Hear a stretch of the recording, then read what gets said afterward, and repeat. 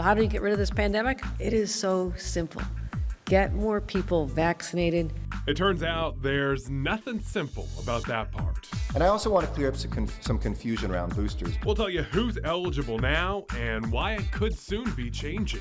Plus, when can kids under 5 get the vaccine? And North Carolina senators sponsor a bill to prevent President Joe Biden from mandating you get the shot.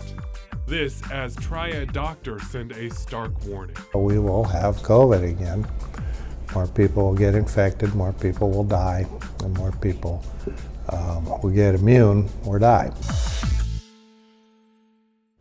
Take a look at this long line right here. It is not people camping out for Black Friday deals. This was, remember back, when coronavirus and the vaccine was first released in the December of 2020. Some people were so excited they actually camped out in the cold overnight to get their shots.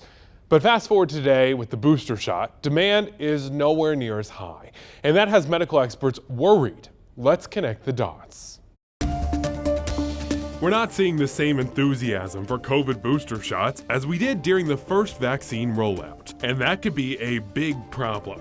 Let's connect the dots. The booster shot has been available to adults 65 and up since the end of September, but according to the CDC, only 36% of that group has received the extra dose. That has health officials concerned because protection from the vaccine doesn't last forever. Immunity wanes with every month that goes by, and it's now been nearly a year since many older folks got their first and second rounds. While most breakthrough cases are not severe, the risk is higher for older adults. They are more vulnerable to COVID and are more likely to be hospitalized from a breakthrough case. So how do we get them protected? Some doctors speculate that expanding eligibility for the booster could help. Many older adults may not even realize they can get a booster right now. But Dr. Anthony Fauci says authorizing the shots for all adults may help clear up confusion and convince more people to roll up their sleeves for a third time.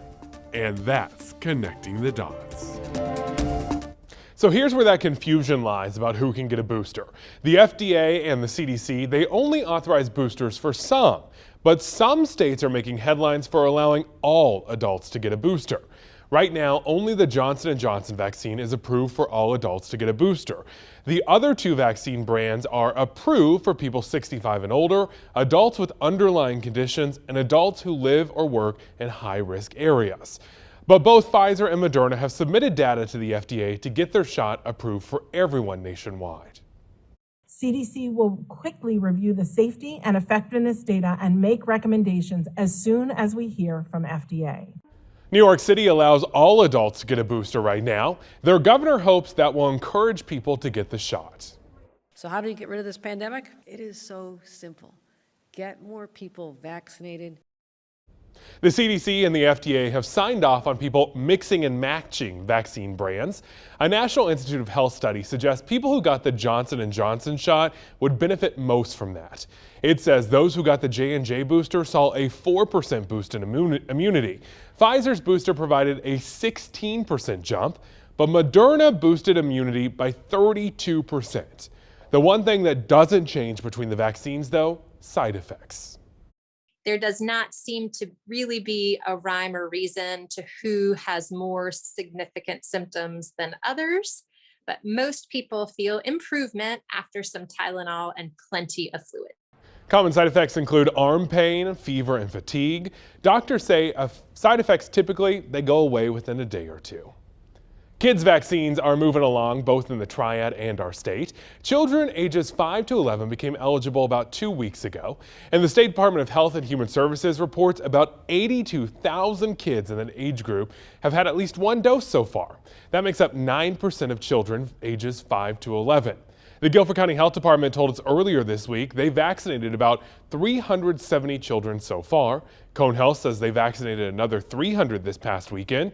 And those numbers, they don't include other vaccine clinics in our area or local pharmacies. Trials continue for developing a vaccine for kids under 5. Dr. Christopher Uhl from Atrium Wake Forest Baptist says it won't be available probably until late winter or early spring. He says that means you should consider changing how you gather for the holidays. There are ways to do it, and with using masks or spending a little bit of time outside when the sun is out and warm, and having the kids out then, and kids, even kids under the age of 5 will wear masks, so they can do it. When it comes to vaccine mandates, Senator Tom Tillis and Richard Burr filed a challenge to President Biden's vaccine mandate this week, along with all the other Republican senators. The president instructed OSHA to create a rule where businesses with 100 or more employees would need to require vaccinations or test employees weekly. He says he needed to do that to boost vaccination rates. Well, an appeals court blocked the requirement. OSHA says it won't enforce the mandate until that legal process plays out. Senator Tillis sent us a statement that reads in part, President Biden's vaccine mandate for businesses is a gross federal overreach. I support any individual business's right to make a decision for themselves, and small and large businesses across the country should not have to comply with this added burden.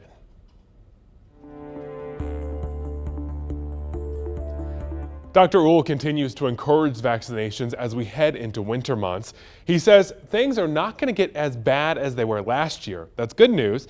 But Uhl says we will still see an uptick in cases and deaths if more people don't get vaccinated. We could prevent that by getting everyone immunized, and we've said that over and over. I think it's pretty clear that people who've declared themselves as never getting immunized, well, they'll just get COVID.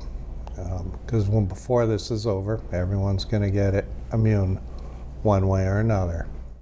So why aren't more people getting vaccinated? Chad Silver, you spent a long time investigating this. What'd you find? So it was very interesting because I wanted to find out why so many people were choosing not to get the vaccine. So I actually interviewed a psychotherapist and a public health expert. And what I learned was very fascinating. Believe it or not, we all make decisions every day, no matter what it is, that align with our ideals ingrained in us at a very young age. So when we were kids. So the things that we learned from our parents, maybe others around us, influence the decisions that we make today. So we just kind of took a deep dive into our brains to find out why we make the decisions that we do. And we even talked about John Wayne.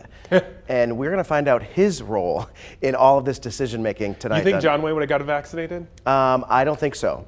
Yeah. He wouldn't have done it. And you'll find out why tonight at 11. We can't wait for that. Thanks, Chad. Yep.